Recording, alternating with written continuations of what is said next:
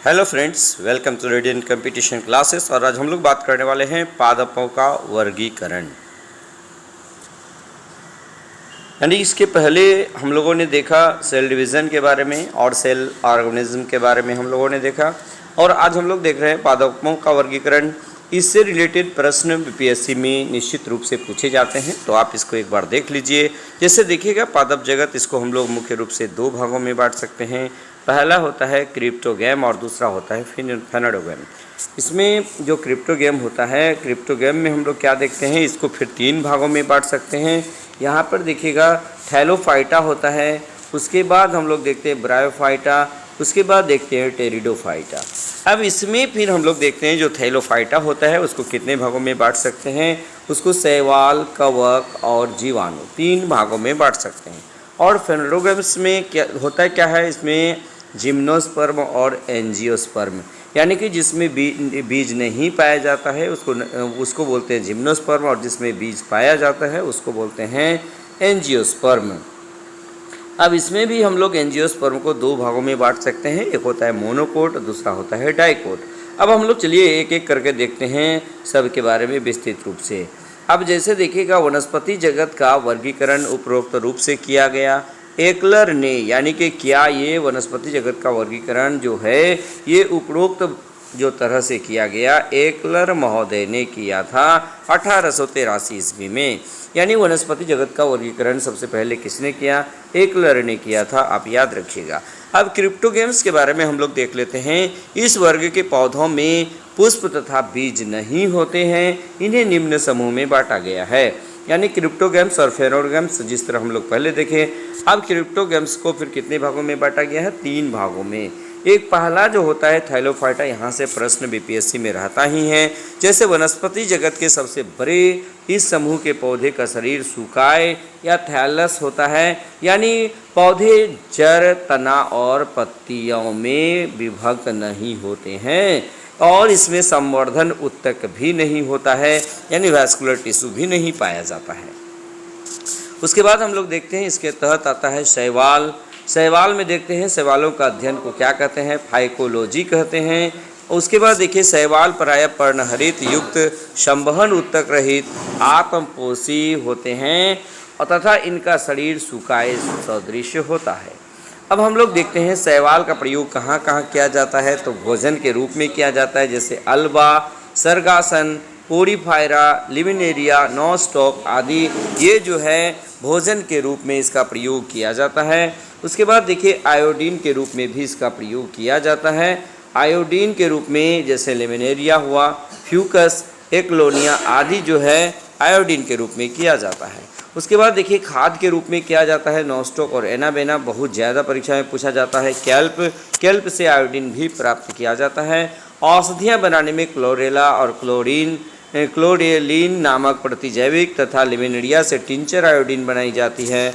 उसके बाद देखिए अनुसंधान कार्यों में भी इसका प्रयोग किया जाता है, जैसे बेलोनिया, क्लोरेला, एसीटेबुलेरिया आदि, इसका प्रयोग अनुसंधान कार्य में भी किया जाता है, इसको याद रख लीजिएगा।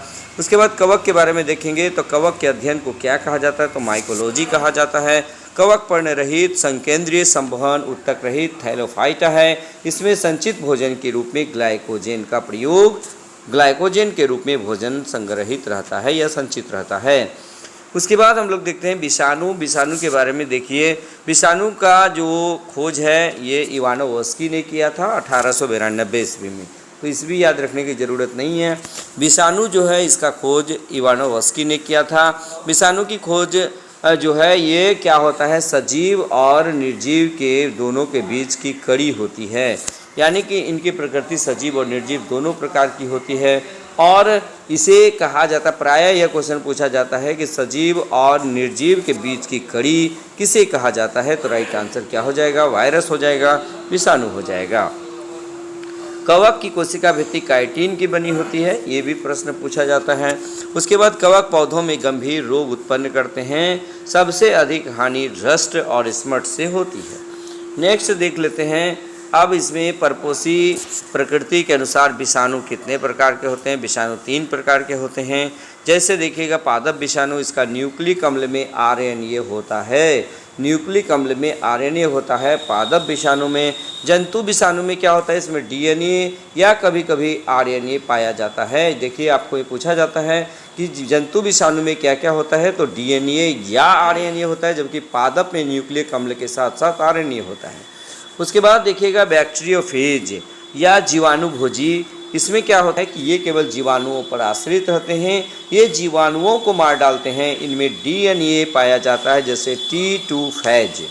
उसके बाद हम लोग देखते हैं विषाणु के लक्षण जो है, निर्जीव होने के क्या लक्षण होते हैं और सजीव होने के क्या लक्षण होते हैं, इसको आप एक बार देख लीजिएगा।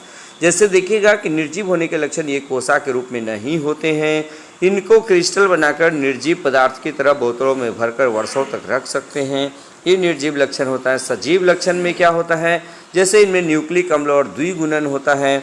किसी जीवित कोशिका में पहुंचते ही विषाणु सक्रिय हो जाते हैं और एंजाइमों का संश्लेषण करना शुरू कर देते हैं, ये सजीव लक्षण होते हैं। जिस जीवाणु में आरएनए आनुवांशिक पदार्थ होता है उसे रेट्रो विषाणु कहा जाता है, रेट्रोवायरस कहा जाता है। यानी कि वह विषाणु जिसमें आरएनए आनुवांशिक पदार्थ होता है उसे रेट्रो विषाणु कहा जाता है। तो इतनी सारी बातें आप विषाणु के बारे में देख लिए, ठीक है। अब हम लोग बात करते हैं जीवाणु के बारे में। तो 1683 ईस्वी में हॉलैंड के एंटोइन लीeuwenhoek ने सबसे पहले जीवाणु के बारे में बताया था। लीeuwenhoek को जीवाणु विज्ञान का पिता कहा जाता है, जबकि एहरेनबर्ग ने 1829 में इन्हें जीवाणु नाम दिया था। यानी कि आपको पूछा जाए जीवाणु नाम किसने दिया, तो एहरेनबर्ग ने, लेकिन जीवाणु का पता किसने लगाया, सबसे पहले लीeuwenhoek ने, ठीक है।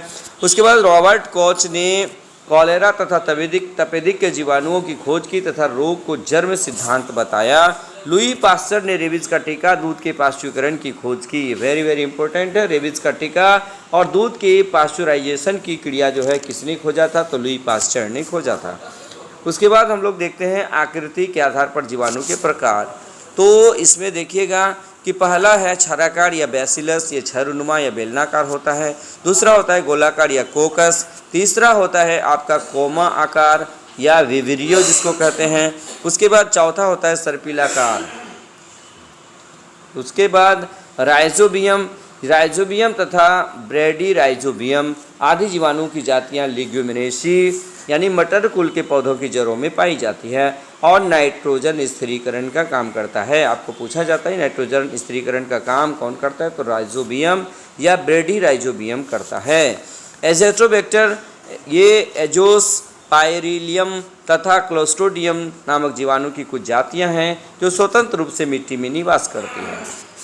मिट्टी के कणों के बीच स्थित वायु के नाइट्रोजन का स्थिरीकरण करती है।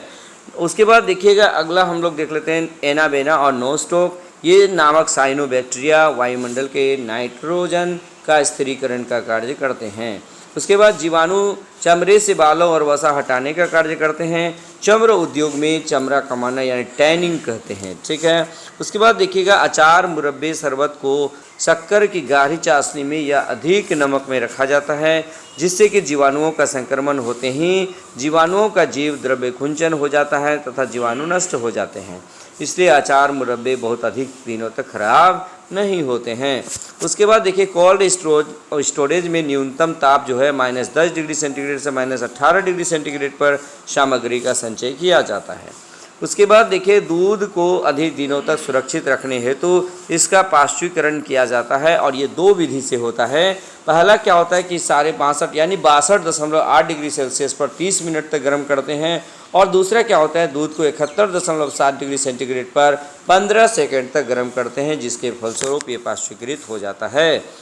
अब देखते हैं दूसरा जो पार्ट होता है ब्रायोफाइटा। ये ब्रायोफाइटा सबसे सरल स्थलीय पौधों का समूह है। इस प्रभाग में लगभग 25,000 जातियां सम्मिलित की जाती है। इसमें संवहन उत्तक जैसे जाइलम और फ्लोएम का पूर्णतः अभाव होता है तथा इन्हें वनस्पति जगत का एम्फीबिया वर्ग भी कहा जाता है। ये वेरी वेरी इंपॉर्टेंट क्वेश्चन कि ये वनस्पति जगत का एम्फीबिया किसे कहा जाता है, तो राइट आंसर होगा ब्रायोफाइटा, ठीक है। ये मृदत्ता प्रदन को रोकने में सहायता प्रदान करते हैं। उसके बाद देखिएगा स्फेगेनम, ये नामक मॉस अपने स्वयं के भार से 18 गुना अधिक पानी सोखने की क्षमता रखता है, इसलिए माली इसका उपयोग पौधे को एक स्थान से दूसरे स्थान पर ले जाते समय सूखने से बचाने के लिए करते हैं। स्फेगनम मॉस का प्रयोग ईंधन के रूप में तथा एंटीसेप्टिक के रूप में भी किया जाता है, यानी कि एंटीसेप्टिक के रूप में और ईंधन के रूप में स्फेगनम का प्रयोग किया जाता है। चलिए अगला हम लोग समूह देखते हैं टेरिडोफाइटा।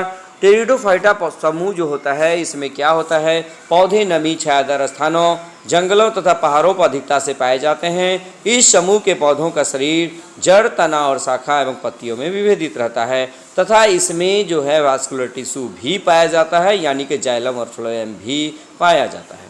इस समूह के पौधे बीजाणु जनक होते हैं और जनन क्रिया में बीजाणु के द्वारा होती है। जनन की क्रिया बीजाणु के द्वारा होती है। पौधों में संवहन उत्तक पूर्ण विकसित होते, जाइलम में वेसल्स एवं फ्लोएम में सहकोशिकाएं नहीं होती है। उसके बाद देखिएगा पुष्पोद्भिद या फूल वाले पौधे तथा समूह के पौधे पूर्णतः विकसित होते हैं। सभी पौधों में फूल, फल तथा बीज लगते हैं, यानी कि टेरिडोफाइटा का लक्षण होता है। इस समूह के पौधे को दो भागों में बांटा जा सकता है। पहला होता है जिम्नोस्पर्म और दूसरा होता है एंजियोस्पर्म। जिम्नोस्पर्म क्या होता है, सबसे पहले इसको समझिए। यानी पौधे वृक्ष, झाड़ी या आरोही के रूप में होते हैं, काष्ठीय, बहुवर्षीय और लंबे होते हैं। इनकी मूसला जड़ें पूर्ण विकसित तथा परागन की क्रिया वायु द्वारा होती है। ये मरुद्भिद होते हैं, यानी जीरोफाइटिक होते हैं। सिकोया सेम्परविरेंस जो वनस्पति जगत का सबसे ऊंचा पौधा है। आपको पूछा जा सकता है वनस्पति जगत का सबसे ऊंचा पौधा सिकोया होता है, इसी समूह में आता है। इसकी ऊंचाई 120 मीटर होता है। इसे कोस्ट रेडवुड ऑफ कैलिफोर्निया भी कहा जाता है। उसके बाद देखिएगा सबसे छोटा जो अनावृत बीजी पौधा जैमिया पिग्मिया है, जबकि जीवित जीवाश्म साइकस को कहा जाता है। ये प्रश्न लगातार पूछा जाता है कि जीवित जीवाश्म किसको कहा जाता है, साइकस को। जिंगो बाइलोबा वो मेटासिकोया भी इसी वर्ग का पादप है। पाइनस के परागकण इतने अधिक संख्या में होते हैं कि पीले बादल के रूप में परिवर्तित हो जाते हैं। जिंगो बाइलोबा को मेडन हेयर ट्री भी कहा जाता है। जिंगो बाइलोबा को मेडन हेयर ट्री भी कहा जाता है। साइकस के बीजांड एवं नर युग्मक पादप जगत में सबसे बड़े होते हैं। उसके बाद देखिए जिम्नोस्पर्म के आर्थिक महत्व, यानी ये भोजन के रूप में इसका प्रयोग किया जाता है। सागोपाम भी इसे कहा जाता है। साइकस को सागोपाम भी कहा जाता है क्योंकि इनके तनों से मंड निकालकर खाने वाला साबूदाना बनाया जाता है, यानी कि साइकस से ही साबूदाना की प्राप्ति होती है। चलिए उसके बाद हम लोग देखते हैं लकड़ी के रूप में भी इसका प्रयोग होता है। जैसे चीड़, देवदार, सिकोया, स्प्रूस आदि की लकड़ी से फर्नीचर बनते हैं। वाष्पीय तेल, यानी चीड़ के पेड़ से तारपीन का तेल, देवदार की लकड़ी से सेडस तेल तथा जूनिफेरस की लकड़ी से सेड कास्ट तेल की प्राप्ति होती है। टेनिन या चमड़ा बनाने तथा स्याही बनाने के काम में आता है। उसके बाद रेजिन देखिएगा, कुछ शंकु पौधे से रेजिन निकाला जाता है। इसका प्रयोग वार्निश, पॉलिश, पेंट आदि बनाने में होता है। अब हम लोग देखते हैं एंजियोस्पर्म। एंजियोस्पर्म क्या होता है, उपसमूह के पौधों में बीज फल के अंदर होते हैं। जड़, पत्ती, फूल, फल एवं बीज सभी पूर्ण विकसित होते हैं। पौधों के इस बीज में बीज पत्र होते हैं जिनकी संख्या के आधार पर पौधों को दो वर्गों में विभाजित किया गया है, एक बीजपत्री पौधे और द्विबीजपत्री पौधे।